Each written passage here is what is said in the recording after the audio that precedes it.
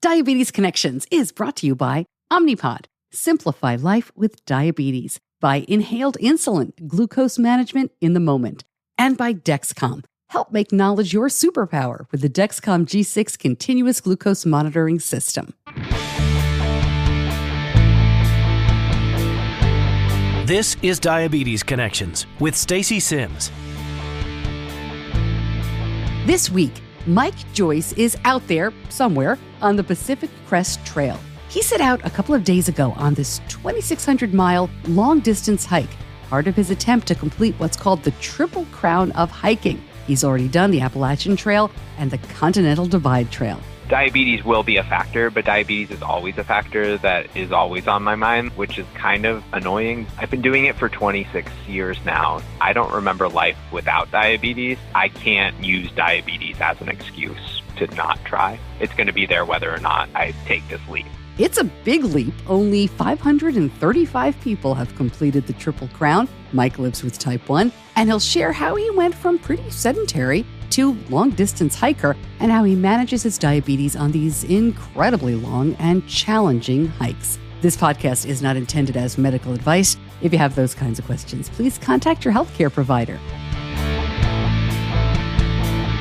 Welcome to another week of the show. You know we aim to educate and inspire about diabetes with a focus on people who use insulin. We've been talking a lot about technology lately, and we will return to that again in just a couple of weeks as the ADA's scientific sessions kick off in early June. And we'll be hearing about, I'm sure, new devices, new studies, and fingers crossed, maybe some FDA approvals next month. But this week is somebody that I just found absolutely fascinating and wanted to talk to. And it's not just because of Mike's incredible accomplishments, and you'll hear more about that. It's because of some life changes that he made and things he did along the way. I have something else to share with you this week. I'm going to come back after the interview. I got a really bad review on Apple Podcasts. And around the same time, we had, I'll call it a complaint in our Facebook group.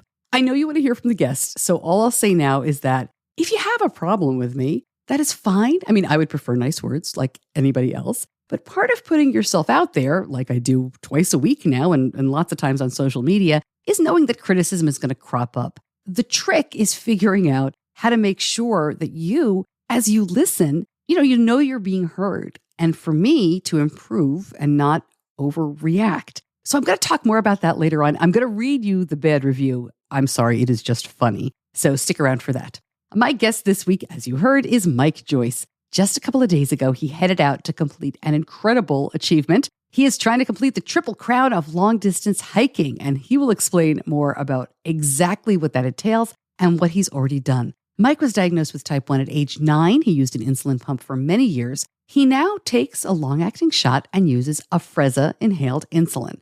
Afrezza is a sponsor of the show, and I want to make sure we're all clear. Mike's not here as an official spokesperson, nor do he and I have any financial agreement or anything like that. He just uses and likes the product. I have a link in the show notes to follow Mike on Instagram during this months-long hike, and we're talking about maybe checking in with him in just a few weeks to see how it's going. Our interview in just a moment. But first, Diabetes Connections, as I said, is brought to you by Afrezza. And since starting this podcast, one of the highest interest topics has been Afrezza inhalable insulin. I'm so excited to partner with them to tell you more. Afrezza is an ultra-rapid-acting mealtime insulin. You breathe it in using an oral inhaler, and once inhaled, Afrezza passes quickly through your lungs and enters your bloodstream in less than a minute and may start reducing blood sugars within about 12 minutes. Find out more and see if Afrezza is right for you. Go to diabetes-connections.com and click on the Afrezza logo. Afrezza can cause serious side effects, including sudden lung problems and low potassium, and is not for patients with chronic lung disease, such as asthma or COPD, or for patients allergic to insulin. Tell your doctor if you ever smoked, have ever had kidney or liver problems, a history of lung cancer, or if you're pregnant or breastfeeding. Most common side effects are low blood sugar, cough, and sore throat. Severe low blood sugar can be fatal. Do not replace long-acting insulin with Afrezza. Afrezza is not for use to treat diabetic ketoacidosis. Please see full prescribing information, including boxed warning, medication guide, and instructions for use on afrezza.com/safety.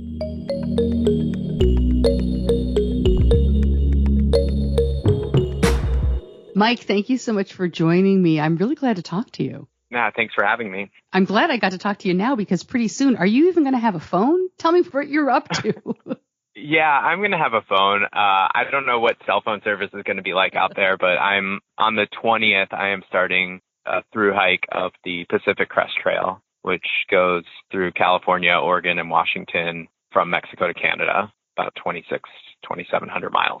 We have a lot to talk about. This is not your first time doing something like this, but Correct. what's special about this trail? What made you want to do this one? Well, there's 3 big trails in the United States. It's the Appalachian Trail, the Continental Divide Trail, and the Pacific Crest Trail. And in the through hiking community, doing all 3 is the triple crown of backpacking in the United States. So it's kind of the one I have left because I've done both the Appalachian Trail and the Continental Divide Trail. Where do you start? Do you start south or you start north?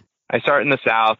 So I start in the Mojave Desert, close to this town called Campo, California, which is couple hours east of San Diego. So I'm going to either get a ride down to the Mexican border or walk down there and then turn around and walk back. Well, okay, so we should back up because you have been living with type 1 since you were 9 years old, and you did not start out your adult life doing hikes like this. Let's back up. Tell me about your diagnosis, which was Groundhog's Day, right? Yeah, it was Groundhog's Day, 1996. Still trying to get everything right so that diabetes doesn't happen anymore, but I keep waking up with the same problem over and over again. Like Bill Murray. Yeah. But when I was diagnosed, regular and NPH were the standard. And I was 9 years old, was losing a lot of weight. My cousin had just been diagnosed, so my mom knew kind of the symptoms. I had been going to the bathroom constantly to the point that teachers called home to ask if I was okay because I was twice a period. Because my cousin had just recently been diagnosed, he was in his 20s. He was initially given type 2 medication. They thought he was type 2 and then eventually went on to insulin because at that point it was even less common for people in their 20s to be diagnosed as type 1. At least now we're making strides, not misdiagnose people as often, but because he had just had such a hard time getting diagnosed, my mom knew the symptoms and we caught it relatively early, which is good. Do you remember things changing a lot? I mean, obviously life turns upside down, but at 9, I imagine, you're playing with friends, you're riding your bike. Did your life demonstrably change after that point? No, I had a really amazing endocrinologist that pretty much from the start said, you can do anything you want, which was awesome. And oddly enough, he retired down to where my parents are in Sarasota, and I met him through a JDRF event, again, a couple of years ago. That was a pretty, kind of a side story, but that was kind of cool. But he was very adamant. My biggest fear was, can I still play soccer? Because I played soccer all the time. That was my sport growing up. And he was like, of course you can still play soccer.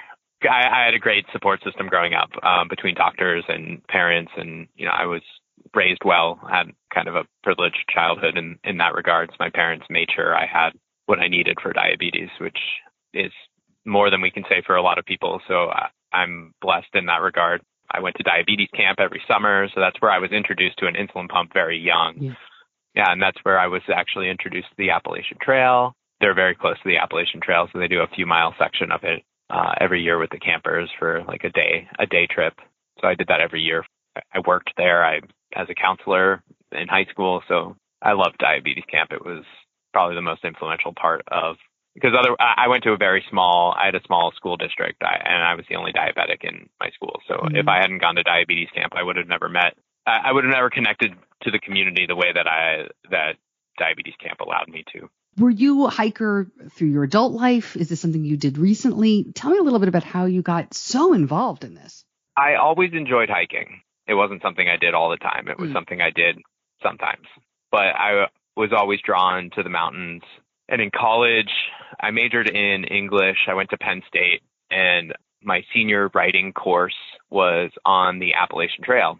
I had a friend that was like, yeah, this teacher's great. You're going to love this course. You should take this course. And the requirement was to do a 4 or 5 day backpacking trip through the Maryland section of the trail, which is 45 miles or something like that.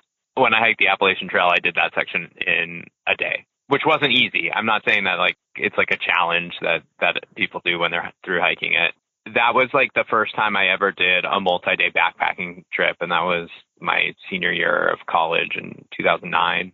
I was really afraid because of diabetes. At that point, I was on a pump. I think I had to do a pump change in the middle. I had some battery issues. It was a challenge, but I did it. Like, I did this 4-day trip. And as soon as I did that, I was just like, I want to see how far I can go. But because I was not making enough money to really make ends meet, I really backburnered the Appalachian Trail idea. And I was using all the Novolog assistance programs, like the Novo Nordisk assistance programs, which was fine. Like, I was able to get medication when I didn't have insurance, and those programs are great, and people should know about them and have access to them. And then I eventually moved back home because I was struggling so hard to just keep my head above water financially. And when I moved home, I was able to start saving money because I was moved back in with the parents, which is really kind of hard to do as an adult, but probably one of the best things that I did because it really helped me get back on my feet financially. And I ended up getting real big boy jobs in offices and, the 9 to 5. And the 9 to 5 sucked the life out of me, really. I went from like living in Montana where I rode my bike everywhere and I was snowboarding every day through the winter and just on my feet all the time, hiking and stuff. And I then moved to Florida where it was like too hot to be outside doing things. I was sitting at a desk all day and I started gaining a lot of weight. At my heaviest, I was pushing like 275. I was basically getting a lot of type 2 symptoms with, insulin resistance and just struggling with managing diabetes. And I finally caved in. At that point, I was on MDI, but I ended up getting a CGM because I had a really bad low blood sugar. I passed out behind the wheel of my car and woke up in a gated community with a flat tire. I have no idea. I must have just followed a car into the gated community. I have no idea how I got there.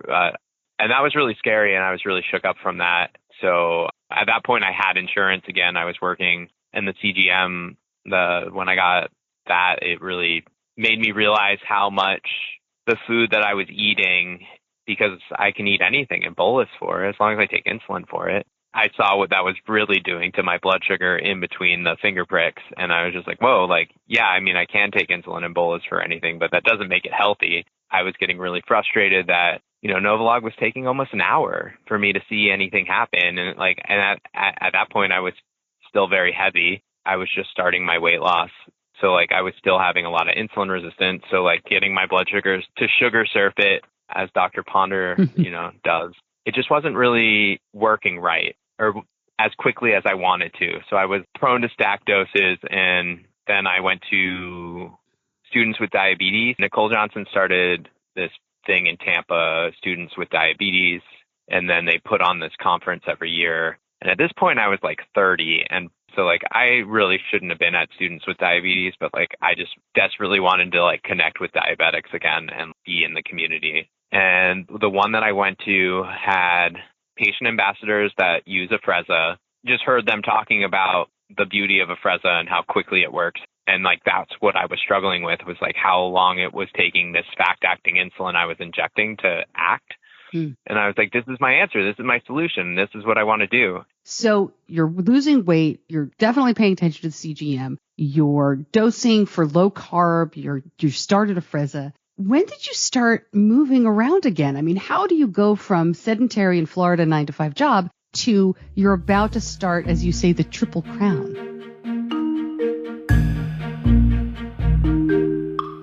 And we'll get Mike's answer to that in just a moment. But first, Diabetes Connections is brought to you by Omnipod. And I'm a big fan of choice when it comes to diabetes technology. I get excited when there's something new. Because if you live with diabetes, whatever type, whatever age, you deserve to find the best fit for you. And that's just one reason I'm working with Omnipod to help spread the word about their program that makes it so easy to test their system out. It's the Omnipod Dash free trial. If you want to try an insulin pump or see what life without tubes is all about, you can now try Omnipod Dash free for 30 days. The trial comes with no commitment or obligation. Not right for you? No problem. Go to diabetes-connections.com and click on the Omnipod logo. Terms and conditions apply. For full safety risk information and free trial terms and conditions, also visit omnipod.com/diabetesconnections. Now back to Mike explaining how he went from a sedentary job to becoming a long-distance hiker.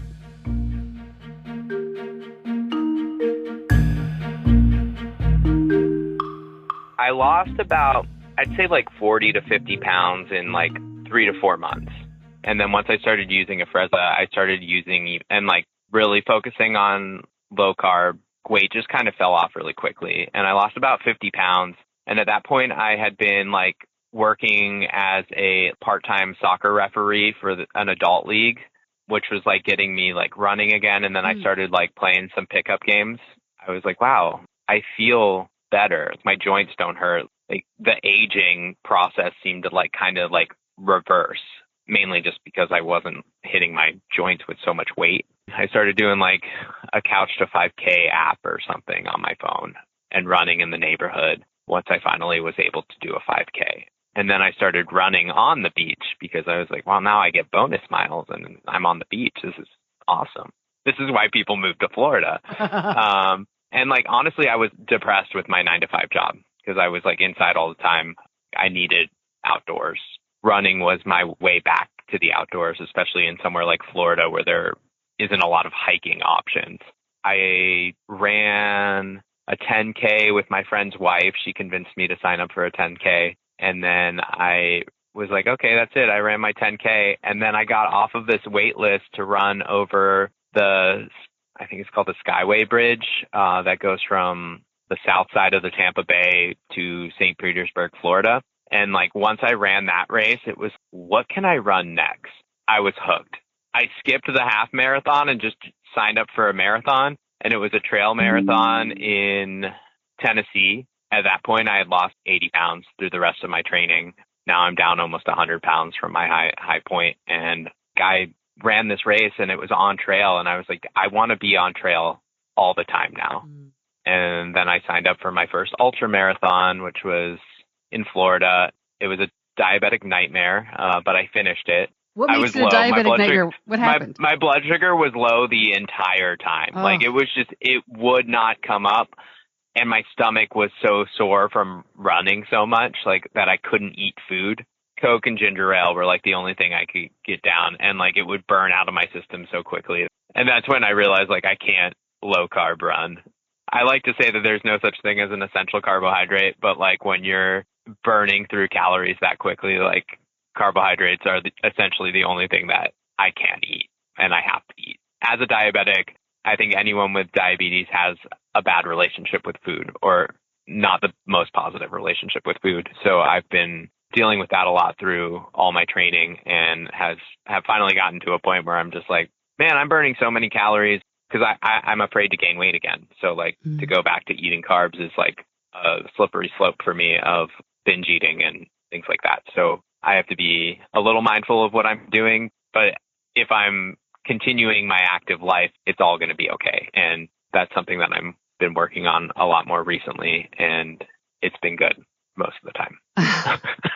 Well, and I wanted food's weird. Food is very difficult for everybody with and without diabetes. And of course, as you mentioned, you had diabetes too, and you get a whole other layer of complicated. And I have a lot of questions that I know my listeners are going to want to ask about what you do. Let's get to the trails. So how did you go? You went from running marathons on a trail to completing these. Which trail did you do first? Did you do Appalachian? I did the Appalachian Trail. Yeah. In 2019, I hiked from Maine to Georgia because I figured I'd walk towards home, which was Florida at the time. And that's not the way most people go. But I was financially scared to like leave in March when most people leave. And I wanted to work a little longer because I had enough money. Taking a big step like that is a big step. And like no one is ever, like I will never be 100% ready for anything. I had to let go of the control, and like I had to just be like, well, enough is enough. I have to see if I can do it with what I have. And it was amazing and difficult and challenging. And yeah, I walked all the way to Georgia from Maine. Tell us about the routine.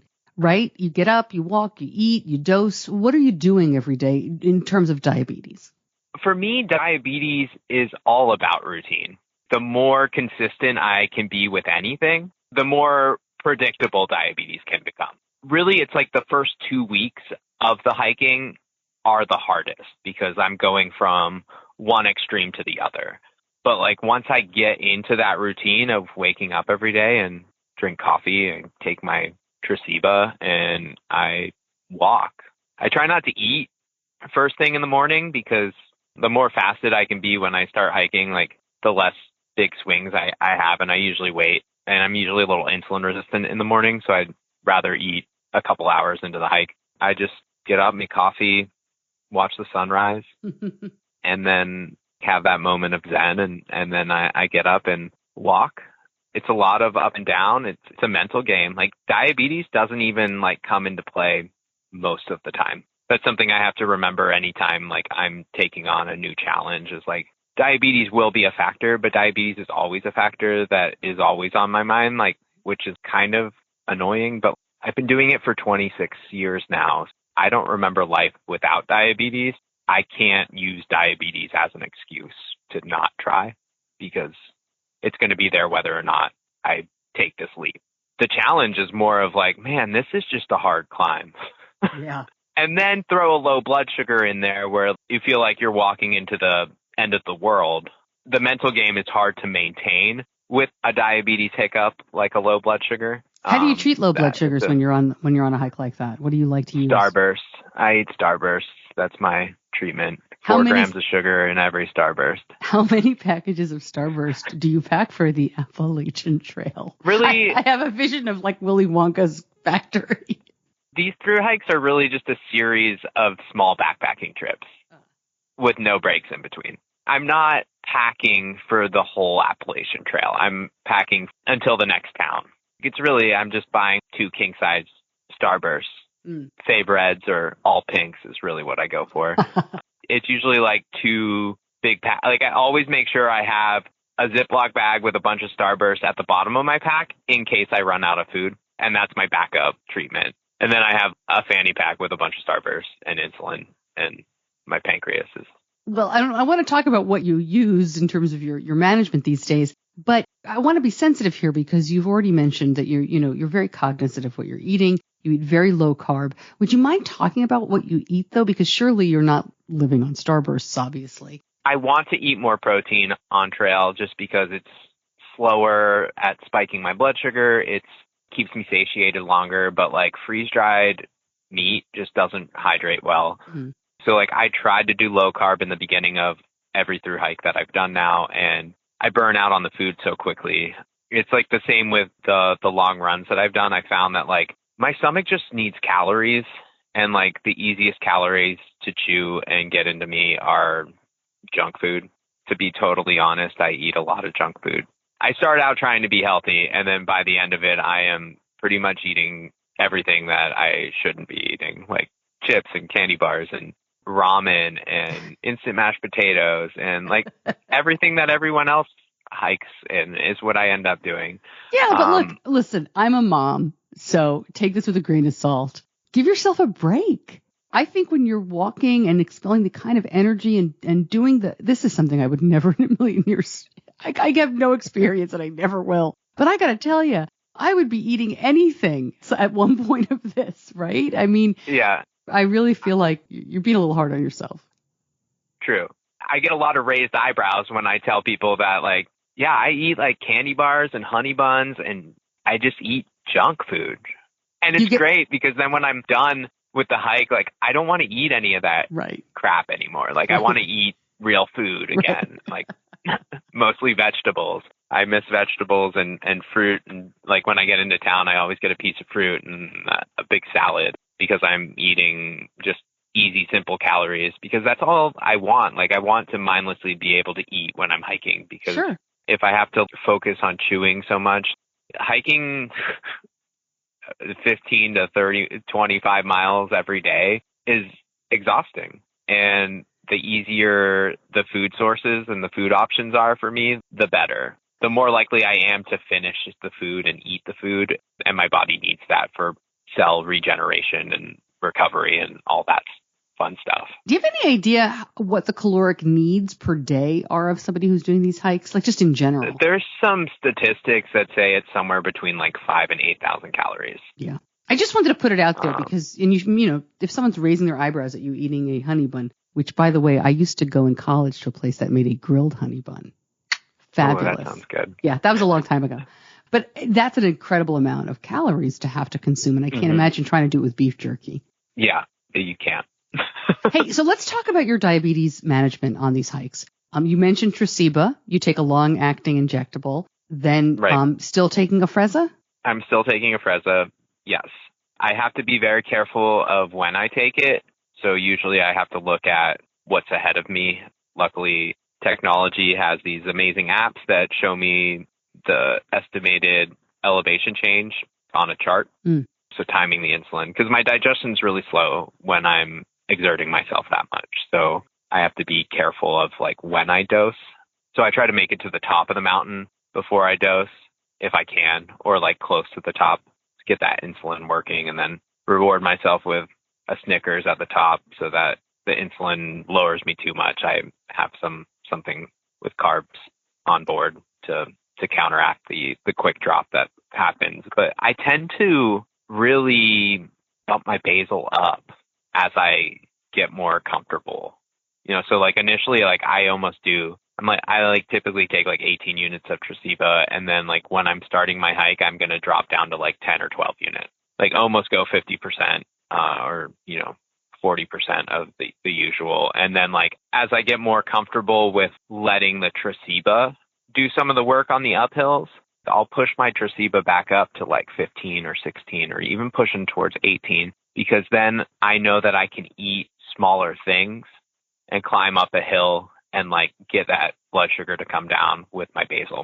I'm basically doing like a square wave bolus is what I'm doing, because I'm just kind of grazing all day on like snack food. And sometimes the Afrezza just works too fast. I try to just use it for corrections, town food, and my big meals like the lunches and dinners. So like for the grazing all day, I'll start to push my Tresiba back up. Once that hiker hunger kicks in and I just like am a bottomless pit of I will eat everything that you put in front of me, then when I'm eating more constantly, because initially like with the heat, I'm not that hungry. But like once that, it's usually like a month into the hike, like this hunger hits and it's just like insatiable. And then I'll start pushing my Tresiba back up. Do you use any fast acting like Novolog or Humalog, or just the Afrezza? Just the Afrezza.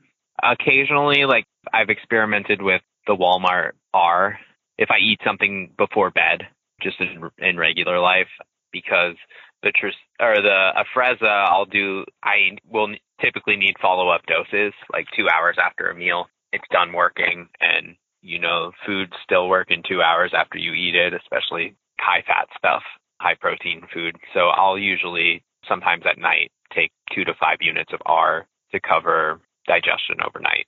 I don't do that on trail, though, because I don't like carrying unrefrigerated insulin for extended periods of time, except for Afrezza, which is my off-label usage of it. Tresiba's nice because it's the first long-acting, or probably the first insulin that's 60 days instead of 30 days once it's at room temperature. So it's pretty stable to not have refrigerated for portions of the trail. And as you listen, obviously Mike is not an endocrinologist, but at the same time, I have not talked to any ultra athletes or really super serious athletes with type 1 who have not done their own, as you said, experimentation. So yeah. I think that's fair.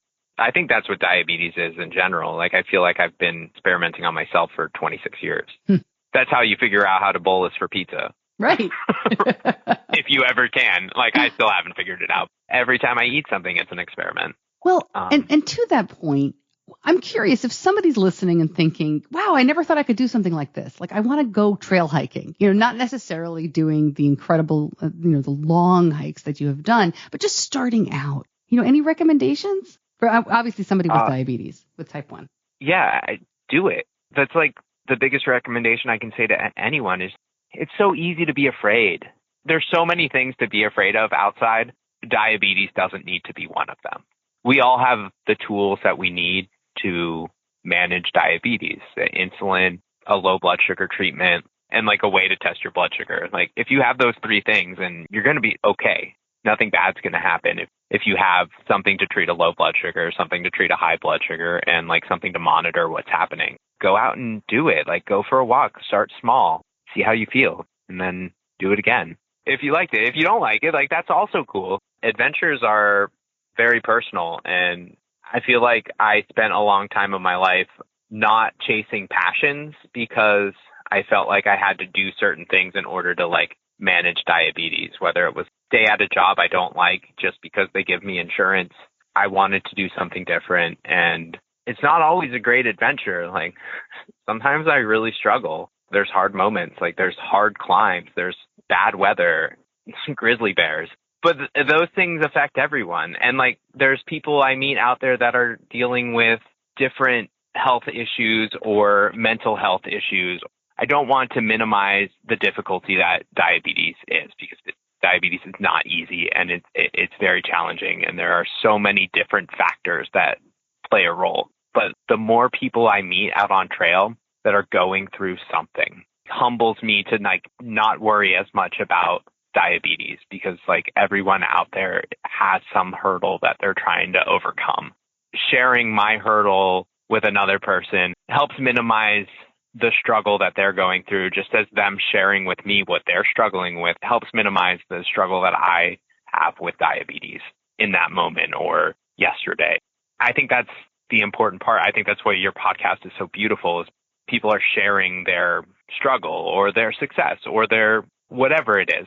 And by sharing with the community, we help support each other, whether the community is other diabetics or other hikers or other road bike, people that like ride bikes or play basketball, your soccer team. We're all in it together. And if we play as a team, as a community, we're more likely to overcome the challenges that are here, that are thrown at us with diabetes. No doubt.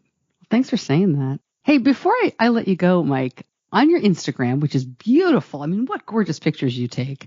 Thank you. You're welcome. It's fabulous. It says your trail name is Retune. Yeah. Okay, so first, explain what a trail name is, and then I want to ask you why. So Mike is such a common name, right? Just basic male name, Mike, John, Matt, whatever. You meet someone and they're like, hey, my name's Mike. I've already forgot your name because I'm trying to find the inhaler for my Afrezza somewhere in my fanny pack, or I put it in a different pocket of my backpack. And like, I'm not really paying attention to like, hi, my name is, but trail names come with a story. And like, that's how memories work, is like, like we remember things in the story that we've learned them. For me, my trail name is Retune because when I first started the Appalachian Trail, I carried a ukulele-sized guitar with me, and I had put brand new nylon strings on it, and nylon strings take a very long time to stretch out and stay in tune. So every time I pulled the guitar out of my backpack, it was like super out of tune. I had to tune it up, and then like sometimes the strings would stretch out in the middle of playing it, and it would go out of tune again. I'd be like, oh, hold on, I got to retune it. And my friend was like, oh, your trail name should be Retune because you're always retuning your guitar. And I was like, you know what? I kind of like that. And now I don't carry a guitar because it's too heavy. I'm minimizing as much extra stuff to carry. It makes it a lot easier to hike. But every time I go out there, I'm retuning my connection with my body and how diabetes is in my life, or I'm just like retuning my soul and reconnecting with nature and just like finding peace.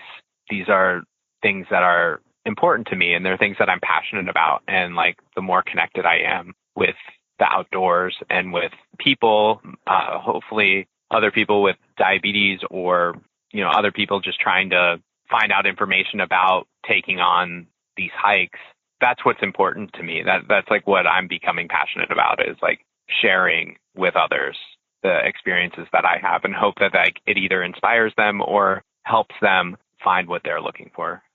That is a goal that I imagine you have already accomplished, possibly without knowing it, just from people who are listening now and following you on Instagram. When you set out, and by the time this episode airs, you will already be out, can we follow along? Are you going to post, like you said, when you have cell service or things like that? Yeah, I will be posting regularly on Instagram, which my Instagram is sweet.hiking.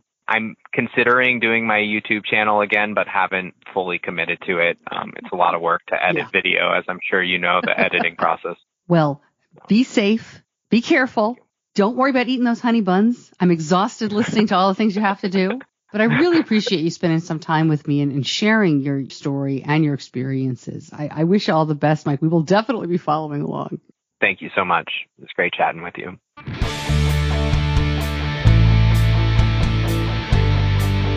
You're listening to Diabetes Connections with Stacey Sims. More information about Mike.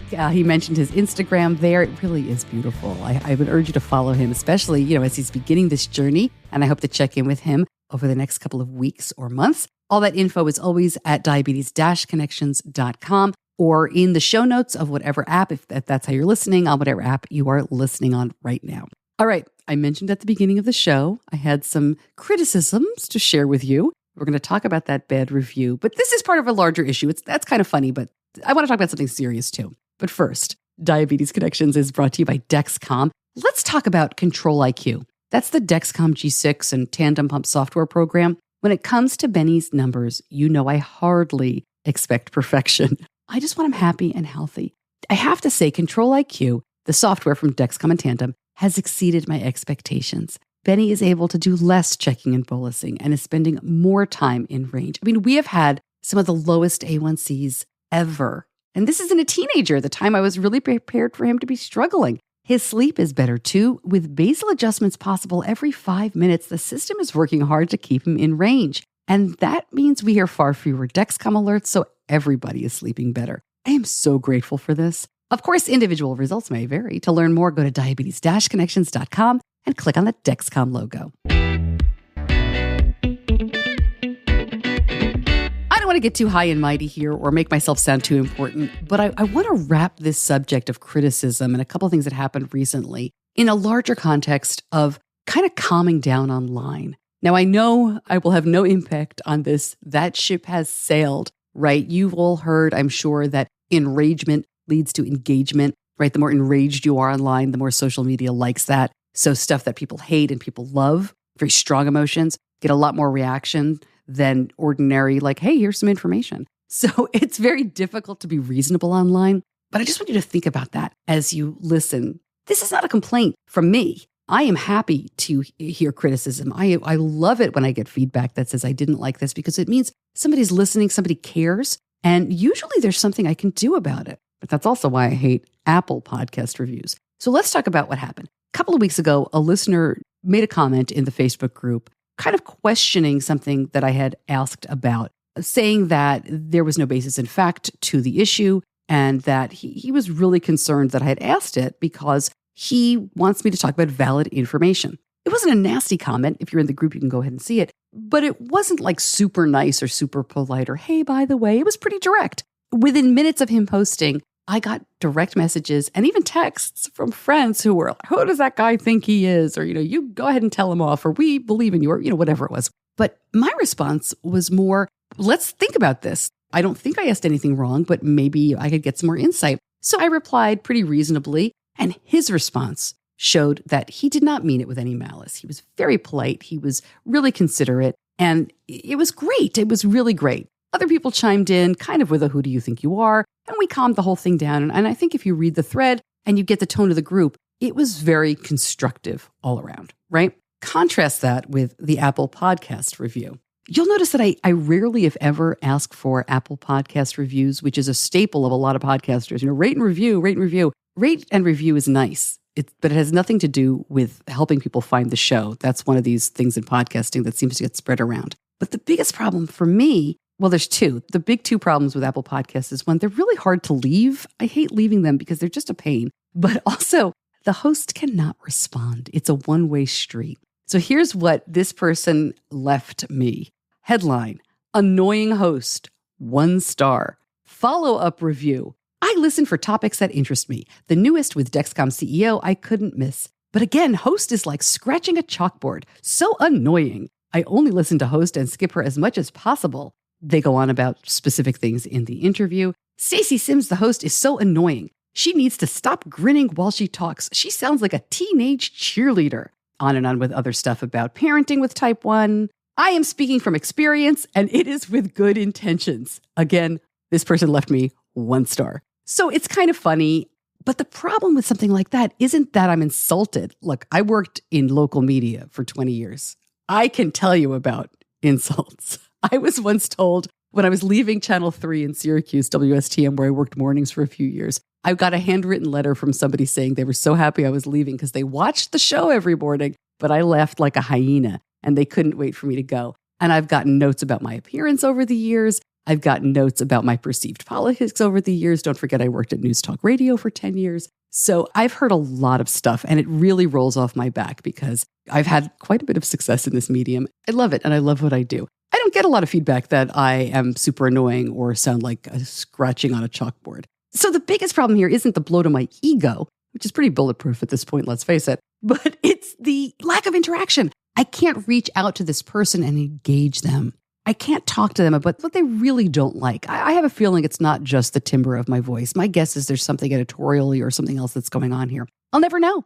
There's no real name on here. There's no way to know. And by the way, if you've left a good review, and there are a lot of them too, as I'm looking here, thank you so much. If you're so moved to leave a review, I would really appreciate that. But I don't need that. What really works is if you share the show with someone who you think would enjoy it. Post it on social media or just tell somebody else about it.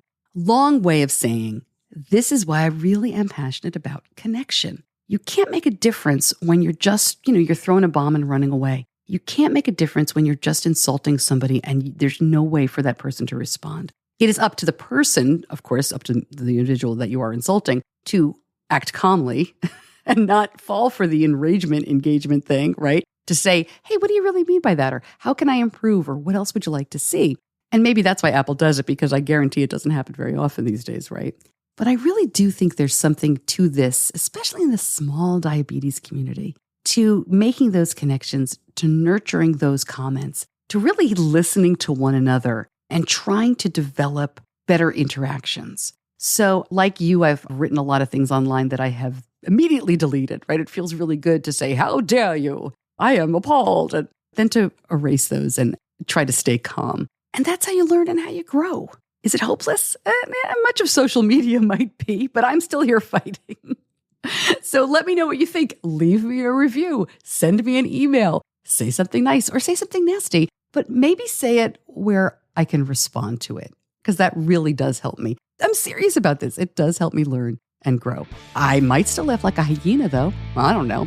All right, that'll do it for this week. Thank you to my editor, John Buchanan from Audio Editing Solutions. Thank you so much for listening. I'm Stacey Sims. I'll see you back here soon. Until then, be kind to yourself.